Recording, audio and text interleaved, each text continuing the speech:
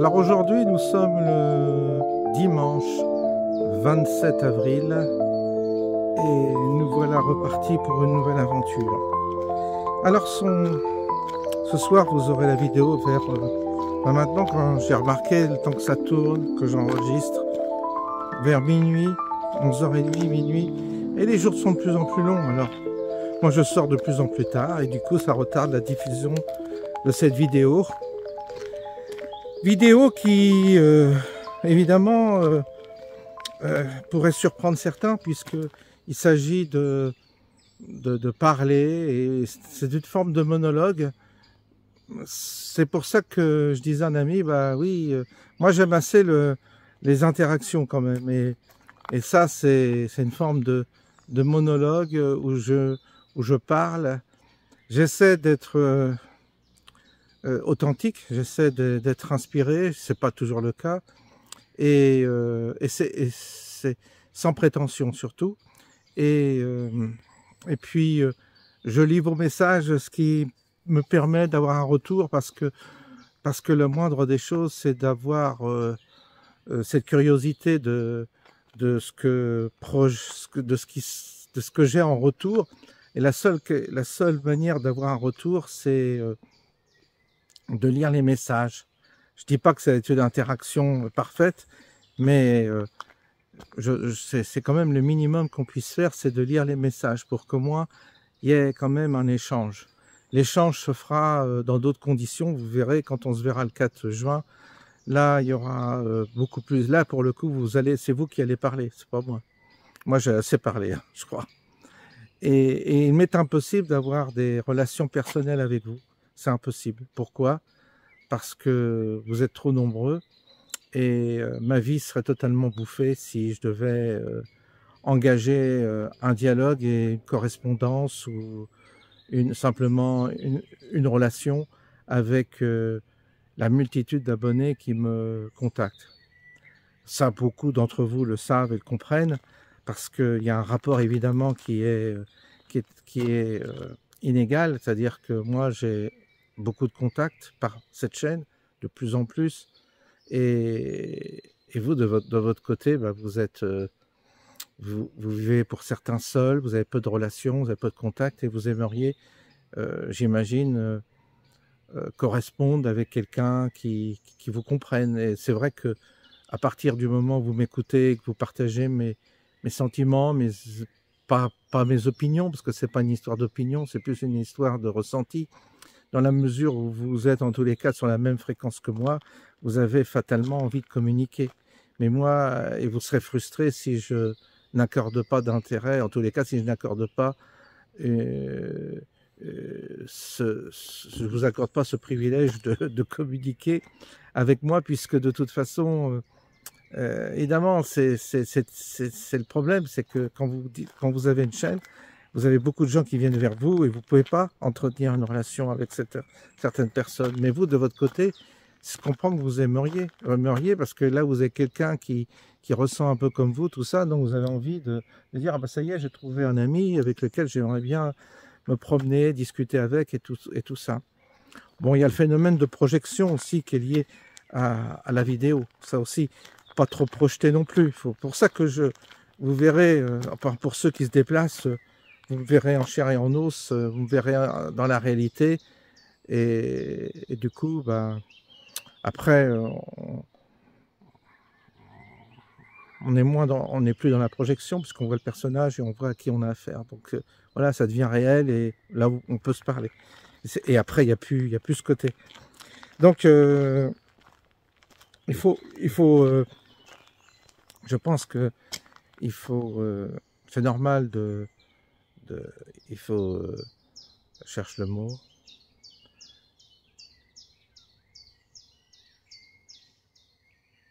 Je le trouve pas. Bon, c'est pas grave.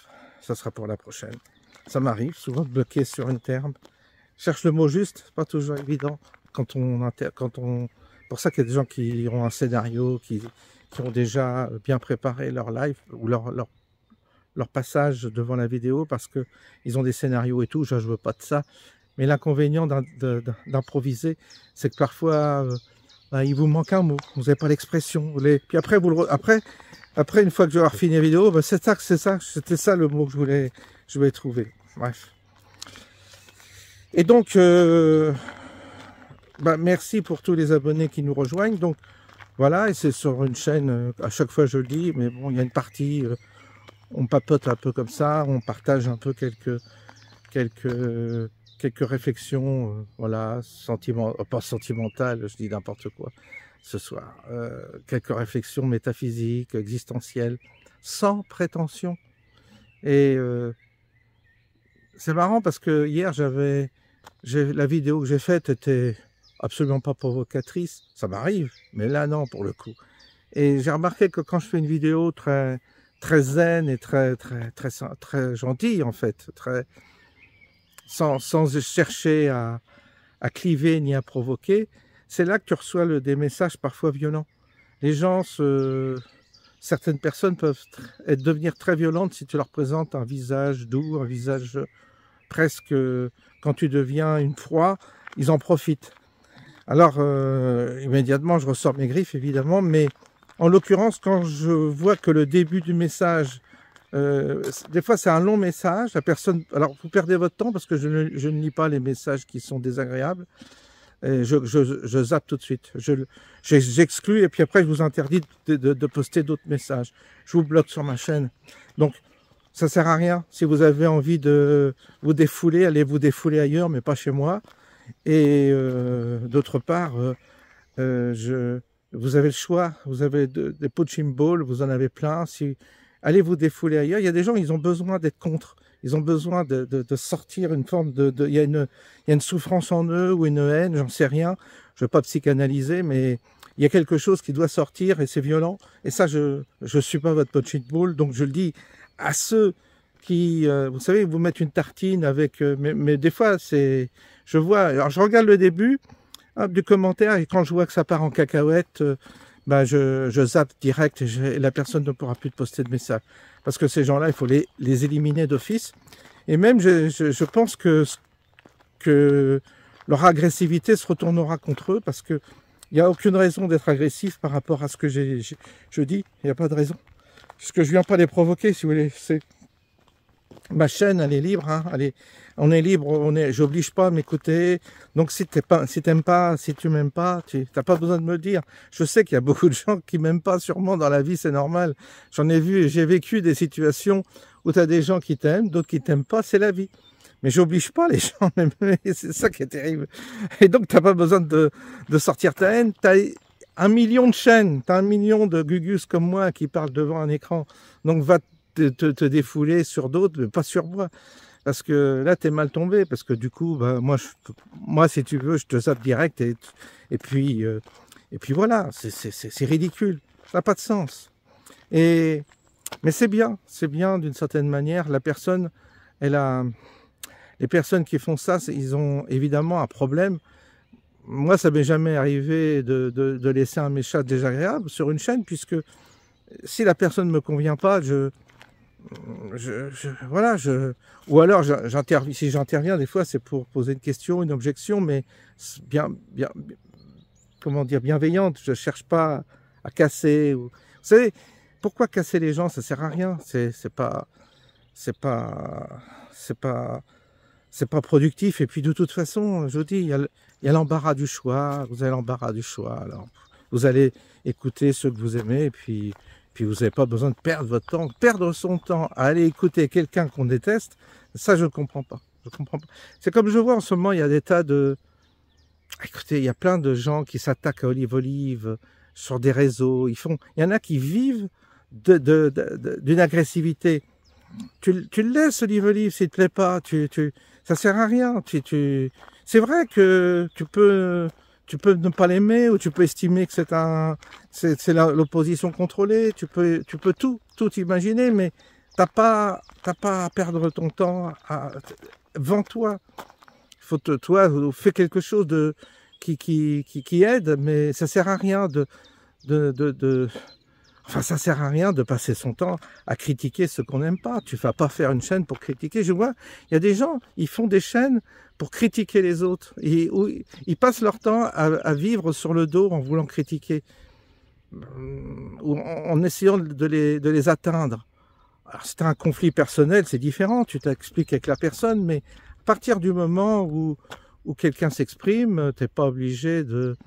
T'es pas obligé, d'une part, si tu ne l'aimes pas, bah, tu l'écoutes pas. S'il te gaffe, tu l'écoutes plus.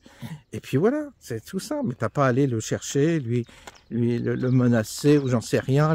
Ça apporte quoi? Ça apporte rien. Enfin, moi je pense que ça sert à rien. C'est du temps de perdu, c'est l'énergie de perdu.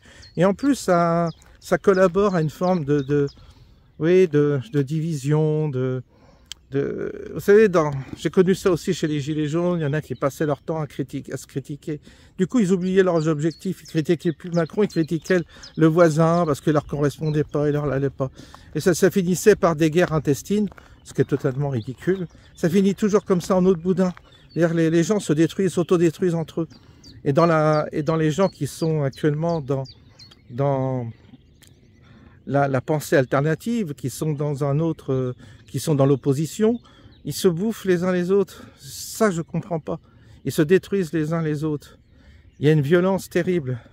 Bah, comme le père de Philippot, qui a été extrêmement violent vis-à-vis de moi, parce qu'il y a un des adhérents, des patriotes, qui a envoyé une de mes vidéos, et il y a eu un retour très, très méchant, très dur. Pourquoi? C'est tellement triste de voir que l'humanité en est encore là.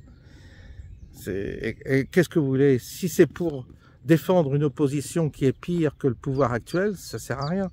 Et s'ils n'ont pas de meilleure mentalité, si l'opposition n'a pas une meilleure mentalité, si les gens qui critiquent le système sont pires que le système qu'ils critiquent, il n'y a aucune raison de les défendre, il n'y a aucune raison de les rejoindre, il n'y a aucune raison. Ce qu'on a besoin, c'est d'hommes différents, d'hommes et femmes différents. On a besoin d'un point de vue qui fédère et pas un point de vue qui sépare. Alors, voilà un peu ce que je pense de la question. Vous me direz, voilà. Alors, c'est pour ça que c'est humain, hein, attention, hein, c'est très humain tout ça. Il y a quelque chose chez l'humain de très régressif. Il y a toujours cette partie, voilà, étroite, étriquée. Et cette espèce de disposition à régresser. Il n'y a rien à faire. Et on ne veut pas sortir on veut pas sortir du cachot, on ne veut pas sortir de notre conditionnement, on ne veut pas sortir de nos réflexes, de nos attitudes. Il y a toujours ce côté maladroit, ce côté mauvais. Et on le retrouve des deux côtés. Alors vous avez le pouvoir qui est pourri, mais ceux qui contestent le pouvoir sont aussi pourris dans leur mentalité, dans leur esprit. Donc on est coincé. Pour l'instant, il n'y a pas d'alternative, puisque s'il y avait d'alternative, c'est sûr que on irait vers, mais il n'y a pas. Il n'y a pas pour l'instant. Il n'y a pas, si vous voulez, un type. Oui, moi, je vois certains qui ont quand même cette qualité, mais pour l'instant, ils sont loin d'avoir le pouvoir. Alors, voilà, c'est comme ça que ça fonctionne. C'est comme ça que ça... Et c'est comme ça qu'on n'avance pas, c'est comme ça qu'on patine, c'est comme ça que les choses sont compliquées.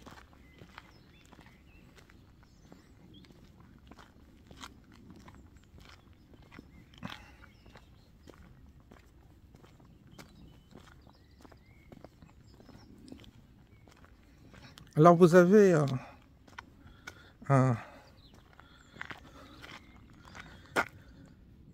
ce soir là, vous avez pareil comme toujours, le calme, la tranquillité. Vous avez un climat très agréable, comme toujours le soir à cette heure-là. Crépuscule.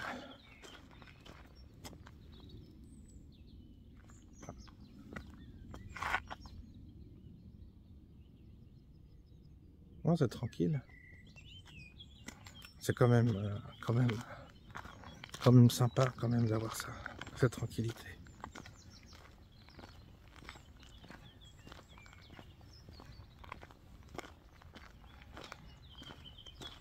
Donc tous les soirs, je fais cette promenade en votre compagnie. Il faut dire que c'est bien parce que le fait de faire une vidéo, ça me motive à sortir. Si j'avais pas cette vidéo, je pense que je sortirais pas par fainéantise. Là, ça me donne un objectif. Je dis, tiens, tu as ton téléphone qui est chargé, tu vas sortir, tu vas baragouiner quelque chose. Des fois, je suis inspiré, des fois, je ne suis pas.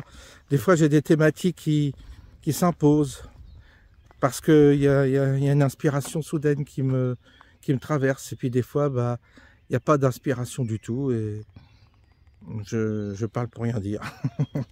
C'est ça, je parle pour rien dire.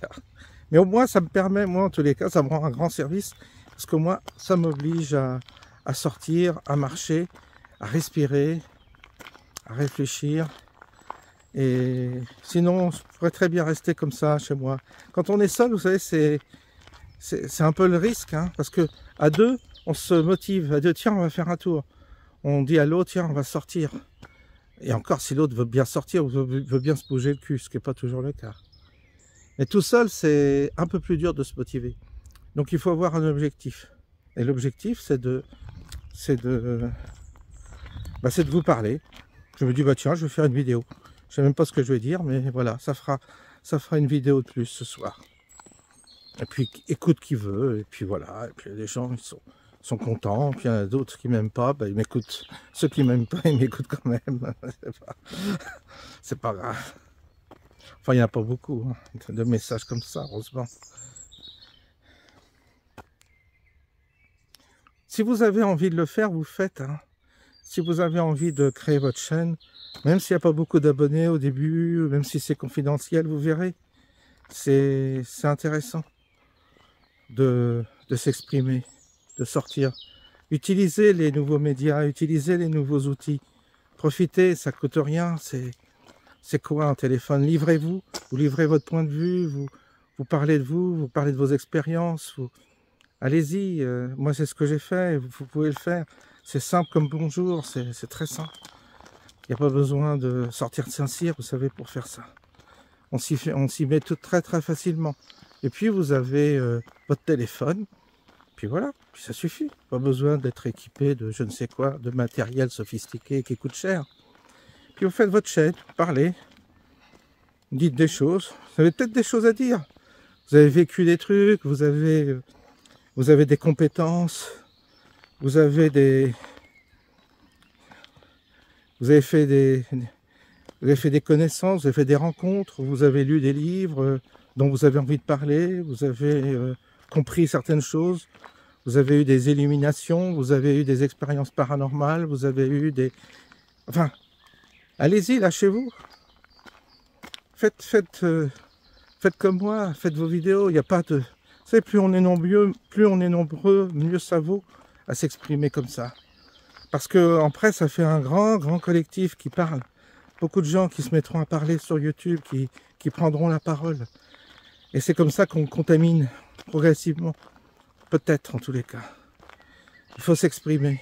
En fait, il y en a qui ont essayé, qui ont renoncé. J'ai eu un abonné là qui avait sa chaîne et qui m'a dit que il était trop dans le virtuel et que, je sais pas, à la fin, il n'a pas trouvé que l'expérience était bonne.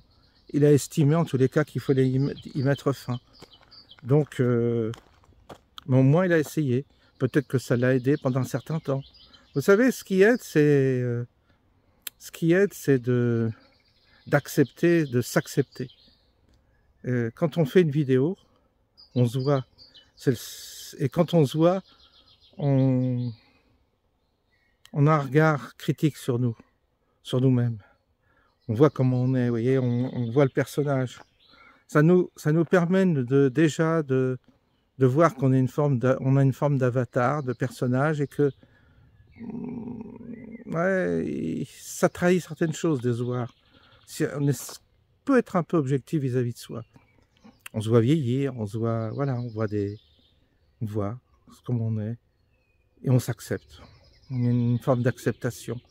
Acceptation, bien entendu, de ce qui nous apparaît être comme des défauts, comme des imperfections. Mais on accepte. Et puis ça nous fait avancer. D'autre part, l'exercice de vous exprimer, c'est de franchir le pas de vous exposer. Alors, c'est pas de l'exhibitionnisme, mais il y a un risque. On prend un risque et c'est bien de prendre des risques. Vous vous exposez. Et puis, quand vous vous exposez, vous pouvez avoir effectivement des... Il faut voir si vous êtes capable de supporter les critiques, les messages violents parfois, les messages méchants. Il faut faire attention. Et alors, si vous faites ça, il ne faut pas être ridicule non plus, parce que si vous êtes ridicule, au début, on a peur de tout ça. On dit, mais je vais peut-être être grotesque, c'est peut-être ridicule ce que je fais. Puis après, vous voyez, des gens ils viennent vers vous, mais ils ne vous trouvent pas ridicule, ils sont touchés par ce que vous dites. On n'est jamais ridicule quand on est sincère. On est ridicule quand on fait semblant, quand on joue la comédie, quand on est vraiment idiot. Mais si on a un peu d'intelligence et qu'on a de la sincérité, je ne pense pas qu'on soit ridicule. Et puis, la troisième chose aussi, c'est que vous avez l'occasion de vous exprimer sans qu'on vous interrompe. Parce que remarquez, quand on parle avec les gens, en général, on vous interrompt, on ne vous laisse pas aller au bout de votre raisonnement, on ne vous laisse pas aller au bout de votre propos. Il y a quelqu'un qui vous interrompt et vous perdez le fil. Et après, vous êtes pris dans un brouhaha ou dans des échanges au tac-tac, et puis vous répondez, et puis c'est pas profond. Et là, c'est l'occasion de vous exprimer. Ça, on ne l'a pas parce qu'on ne le fait pas. S'il n'y a pas de vidéo, s'il n'y a pas de caméra, on ne le fait pas. On ne va pas se parler devant un miroir. Donc, c'est un exercice utile dans ce sens-là. C'est-à-dire, ça vous oblige à formuler des choses qui sont en vous. Et l'exercice oral qui consiste à formuler ce qu'on ressent permet de... ça aide, ça permet de voir, ça permet d'aller plus loin, ça ouvre des portes, ça permet de projeter comme ça sa vie intérieure, de voir un peu ce qu'on ressent, tout ça. Par la parole, on la projette, on la lance et puis on la regarde après, on dit « Ah oui, d'accord, bon, c'est ça ».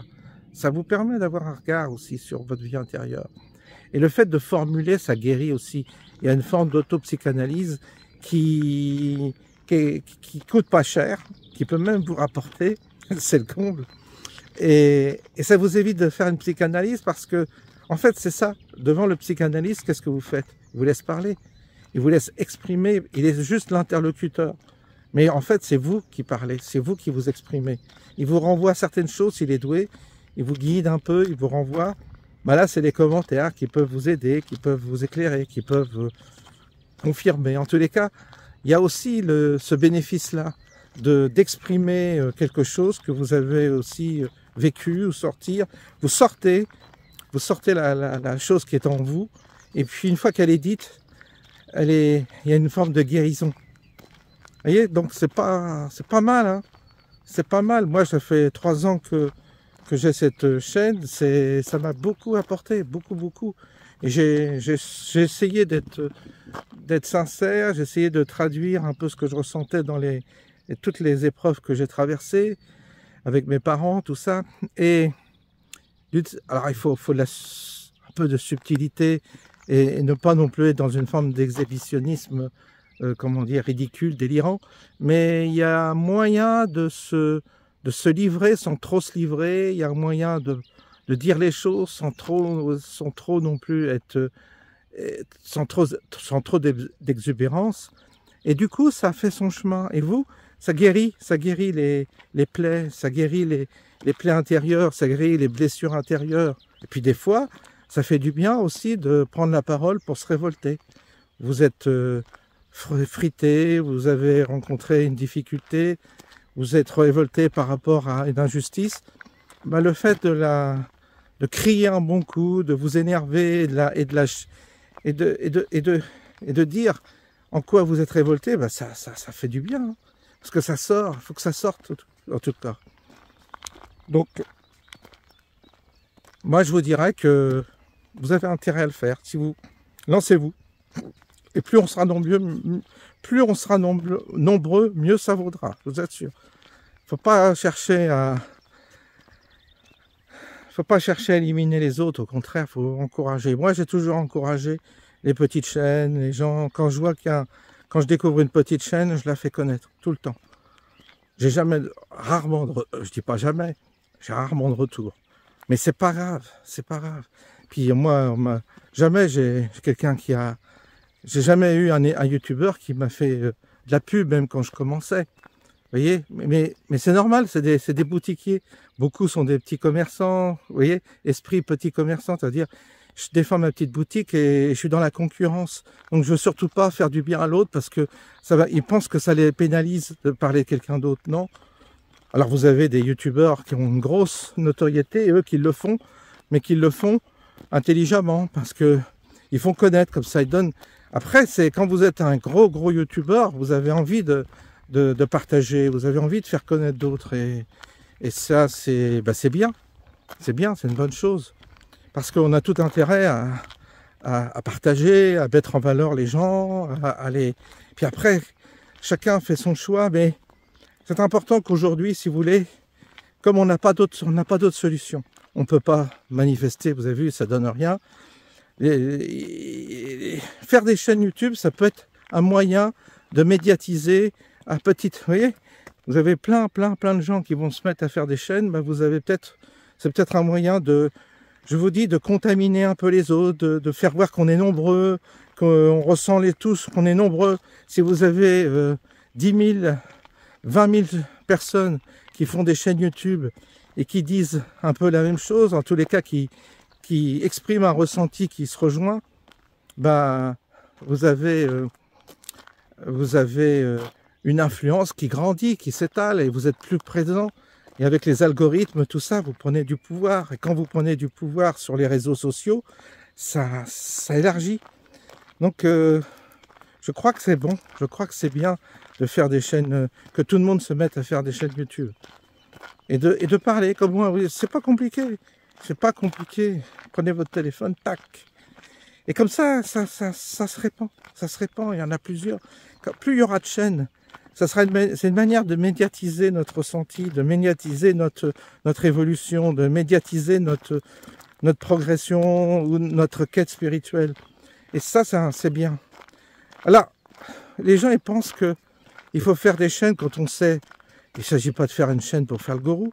Il ne s'agit pas de faire... Tout le monde veut être coach, tout le monde veut être gourou, tout le monde veut apprendre aux autres. Vous avez des morpions de 20 ans, ils sont déjà coachs, je ne sais quoi. C'est ridicule, ils sont tous grotesques. C'est pas de faire une chaîne pour faire la leçon aux autres, leur dire « Ah mais moi je vous conseille les conseillers en économie, les conseillers je ne sais quoi, en ménage, je ne sais quoi. » Non, c'est faire des chaînes pour exprimer justement votre manière de voir les choses, votre ressenti. Parler de vous, simplement parler de vous, de ce que vous ressentez, de la manière dont vous jugez le monde, de la politique, j'en sais rien, la spiritualité. Parlez, mais ne faites pas de chaîne, évidemment, pour dire aux gens ce qu'ils doivent faire, évidemment, parce que là, tout le monde veut être coach, tout le monde veut dire aux autres ce qu'il faut faire et tout ça. Non? Après, vous verrez, hein, vous verrez. Après, vous verrez bien, après, ce que ça donne. Essayez, tentez l'affaire. Je vous dis, faire une chaîne, c'est pas compliqué. C'est très simple. Enfin, c'est très simple. Avec les tutos YouTube, tout ça, les tutos qu'on a. Avec les tutos, tout ça, vous avez des explications. Et vous vous rendez compte si on était des milliers à faire des chaînes YouTube comme ça, puis à dire ce qu'on pense de tout, de la société, de l'immigration, du harcèlement au travail, de la manière dont on travaille, de témoigner aussi de vos boulots, de ce que vous avez fait. Et il y a plein. Et on a tous un prisme, on a tous un style, on a tous une voix particulière, donc on est tous différents. Mais la multitude de ces différences peut être très productive, peut faire beaucoup de bien. Ça serait une bonne initiative. Mais vous avez vu, personne ne vous encourage. Personne vous dit, bah, faites des chaînes, parlez, exprimez-vous. Parce que, pourquoi suivre un leader? Pourquoi absolument suivre un leader? Oui, on a besoin de quelqu'un pour nous représenter, peut-être un jour, pour les élections, pour diriger le pays. Mais on a besoin de beaucoup d'influenceurs, beaucoup de gens pour influencer, pour apporter un point de vue et surtout grossir les rangs de tous ceux qui veulent apporter un point de vue critique sur notre monde, sur notre société et qui aspirent à autre chose. Il faut qu'on manifeste notre besoin de trouver une alternative au monde dans lequel on est. Ça, il faut le faire. On a besoin de changer de monde. On ne peut pas rester comme ça. On ne peut pas, c'est impossible. Ce monde est étouffant, ce monde politique est tellement pourri et corrompu qu'il faut trouver une alternative. Mais c'est en s'associant, en prenant tous la parole, individuellement, de notre côté, on peut faire une grande famille comme ça, de personnes qui, avec leur style, leur manière d'être, leur physique, vont s'exprimer, jeunes ou vieux. Moi, je pense que c'est une bonne chose. En tous les cas, moi, ça me plaît beaucoup de voir des gens qui... Voyez-vous, Athème, il vit aux États-Unis, j'en ai parlé. Ben, lui, son prisme, c'est la redécouverte du Père. C'est intéressant. Vous voyez, c'est exactement ça qu'il faut faire. Lui, il fait sa propre psychanalyse, peut-être. En tous les cas, il développe un point de vue autour du drame personnel qu'il a vécu, c'est-à-dire une non-reconnaissance de son père et plus une séparation avec son épouse qui a engendré une séparation avec ses enfants. C'est un drame personnel qui lui est arrivé, un drame familial, et il travaille dessus, et il réfléchit dessus. Et donc il a trouvé des éléments, et il a beaucoup réfléchi, il a beaucoup travaillé sur lui, il a trouvé des éléments pour reconstituer l'homme, le père, la partie patriarcale de la société qui est actuellement très attaquée, mais pas qu'aujourd'hui, ça date de longtemps cette histoire. Détruire l'homme, détruire le père de famille, détruire le prêtre, détruire le roi, c'est ça qui est visé. Et il est en train de redécouvrir le socle qui est important. Ce socle-là est important dans notre société.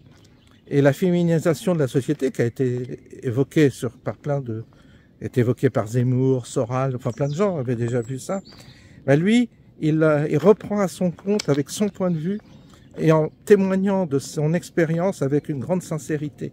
Ben vous voyez, c'est tout le monde, et il est pareil, il a son petit téléphone, voilà, il fait, c'est tout simple. Et vous savez, ben lui, c'est agréable parce que quand quelqu'un de sincère exprime ce qu'il a vécu avec bien sûr un minimum d'intelligence, attention, pas dire n'importe quoi, faut pas délirer, attention. Mais quand c'est posé, quand c'est sincère, quand c'est intelligent, et l'intelligence, vous savez, c'est pas une histoire de QI, c'est simplement comment dire, c'est une manière de se comporter. Eh bien, il nous touche, et son point de vue enrichit un autre point de vue. Moi, vous voyez, n'ayant pas vécu ça, je me dis, ah tiens, ce qu'il a vécu apporte une pierre à mon édifice, parce que moi, c'était plus le père, le roi, le symbole du patriarche qui est le roi, l'incarnation du roi, qui pour moi est une forme une ancre dans la terre, mais aussi une perspective spirituelle, parce que de stabilité, l'homme est ainsi, et l'homme, enfin quand on parle de l'homme, je parle même pas de l'homme d'une certaine manière masculin, je parle de l'énergie chez l'homme. Il y a l'énergie féminine et l'énergie masculine. Je parle plus de l'énergie masculine qui est importante, comme l'énergie féminine aussi. Mais les deux sont complémentaires et on le sait, on va pas refaire ça. Mais moi j'avais un schéma qui était différent d'Athème parce que j'ai pas vécu son drame. Mais lui, l'ayant vécu, il apporte quelque chose d'autre. Alors qu'on défend la même chose, mais c'est un autre prisme. Et il y a une multitude de prismes comme ça qui fait que les uns et les autres, on peut tous apporter notre pierre à l'édifice. Et c'est comme ça qu'on construit un édifice symbolique, c'est tous en apportant notre petite pierre. Notre petite pierre, c'est notre petit témoignage, notre petite manière de voir qui, au contact des expériences des autres, en forme un tout cohérent, vous verrez. Et c'est pour ça l'expérience de faire des chaînes, moi je vous encourage à le faire. Je vous encourage à vous exprimer, à prendre parti, à prendre position, au risque de vous tromper. Mais on peut tous se tromper. On est tous là à faire des erreurs, je vous l'ai dit. On est tous là à se tromper. Mais si on ne risque pas, on n'avance pas. Donc il faut accepter le risque de se tromper pour sortir de sa zone de confort et aller voyager sur d'autres contrées, découvrir d'autres choses. On est obligé de sortir de notre zone de confort. On est obligé. Ça aussi, c'est une thématique, la zone de confort, qui a bien été déjà évoquée par plusieurs personnes. Mais rien n'est faux en tous les cas, mais dans ce qui parfois est dit ou qu'on peut lire, mais c'est bien soi-même de l'expérimenter. Et je trouve que la chaîne YouTube peut vous aider. Vous savez, formuler, c'est important. Formuler, parce que personne ne vous écoute. Personne. Et vous n'allez pas payer 100 balles par semaine pour aller vous faire écouter par un psychiatre. Ça va vous coûter cher et le fait de le faire devant une caméra, c'est tout aussi bien. Et vous ferez l'économie donc du psychiatre. Ou de psychanalyste plutôt. Donc voilà un peu ce que je vous propose de faire. Il faut le faire. Enfin, c'est à vous de voir, mais vous pouvez vous lancer, vous pouvez essayer en tout cas. Déjà commencer par vous enregistrer, sans faire de chaîne YouTube, et de parler comme ça. Puis après, vous vous réécoutez, et vous verrez, vous apprendrez des choses sur vous. Quand j'avais je vais terminer par ça. Quand j'avais mes commerces, on avait fait ça avec le personnel, c'est-à-dire qu'on les filmait en situation d'accueil de la clientèle et tout ça. Et c'était le meilleur moyen de les faire progresser, c'était simplement de les filmer et de leur montrer comment elles se comportaient. Je peux vous assurer qu'elles faisaient des progrès gigantesques. Parce qu'on a un regard sévère sur nous, plus sévère qu'avec les autres. Et quand on se voit, on se dit « Ah, ok, d'accord, j'avais pas vu que j'étais comme ça. » Je peux vous assurer qu'elles étaient toutes aimables après. Quand elles ont vu comment elles étaient, on dit « C'est pas moi, c'est pas moi. » La démarche, la manière de recevoir, le mot d'accueil, la silhouette, enfin plein de choses. Ah, je peux vous assurer que... Et là, c'est pas vous qui les jugez, ce sont elles qui se jugent. Si il y a la photo, mais c'est pas pareil les photos. Puis on prend des positions. Quand vous filmez et que vous vous regardez, ça vous fait progresser. C'est une bonne manière de progresser. Parce que vous dites, ok déjà, vous voyez, vous êtes moins dur avec les autres déjà quand vous voyez vous-même. Parce que ceux qui sont très durs, vous savez, ceux qui sont très durs, c'est ceux qui n'ont pas de regard sur eux. Mais aussitôt que tu montres à quoi tu ressembles, toi. Souvent, je voyais des gens, souvent, je voyais des personnes critiquer le physique d'autres personnes. Et vous allez rire, mais les personnes qui critiquent le physique d'autres sont moches, en général. Les personnes belles, les personnes qui savent qu'ils sont belles ou beaux, les hommes ou les femmes qui sont gâtés par la nature, en général, ils ne critiquent pas le physique. Au contraire, ils sont assez bienveillants. Parce qu'ils savent. Mais les moches, oh, ils ont la dent dure. Et j'ai vu vraiment des moches être très méchantes. Ouais, je parle des femmes. C'est souvent le cas. Très méchantes avec d'autres, des collègues. Les critiquer sur leurs vêtements, les critiquer sur leur coiffure. J'ai vu ça dans mes collègues. Je voyais des filles qui étaient tartignoles, avec des vêtements tartignoles, coiffés à l'as de pique, puis qui se mettaient à critiquer. Je voyais une autre collègue qui était au contraire, qui était bien habillée, élégante, puis se mettait à la critiquer. Je me dis, ben, on est où? On est chez les fous, là. Chez les fonctionnaires, beaucoup. Parce qu'en général, les fonctionnaires, ils sont moches. En général, pas toutes. Et donc, du coup, elles critiquent. Elles critiquent énormément. Elles sont bêtes et méchantes et elles critiquent. Ça, j'ai vécu ça. Tiens, j'en profite pour leur faire un petit coucou si elles me regardent. Les moches, là, les méchantes, là. Qu'elles sont, qu'elles sont mal tiffées, mal coiffées, qu'elles puent. Et puis qu'elles sont habillées comme des sacs, comme je disais, des as de pique, là. Bah, quand tu lui vas... C'est cette bonne femme-là qui avait la dent la plus dure avec les autres, les petites collègues, là, qui étaient mignonnes des fois en plus. Donc franchement, voilà. Vous voyez, ben, ça j'ai vu. Alors, ce qu'il peut vous dire, donc il faut se regarder soi. Alors la vidéo, vous enregistrez, vous verrez, on se voit. Je peux vous assurer qu'après, on a la dent moins dure vis-à-vis des autres. Bon, bah écoutez, on va se quitter, hein. C'est bien gentil, mais là je retourne, on revient chez moi. Donc je vous souhaite, tous ceux qui bossent demain, bonne semaine de boulot, bonne semaine de taf. Il y a encore qui sont en vacances. Mais pour ceux qui bossent, ben, je leur souhaite du courage, il faut. Qu'est-ce que vous voulez que je vous dise?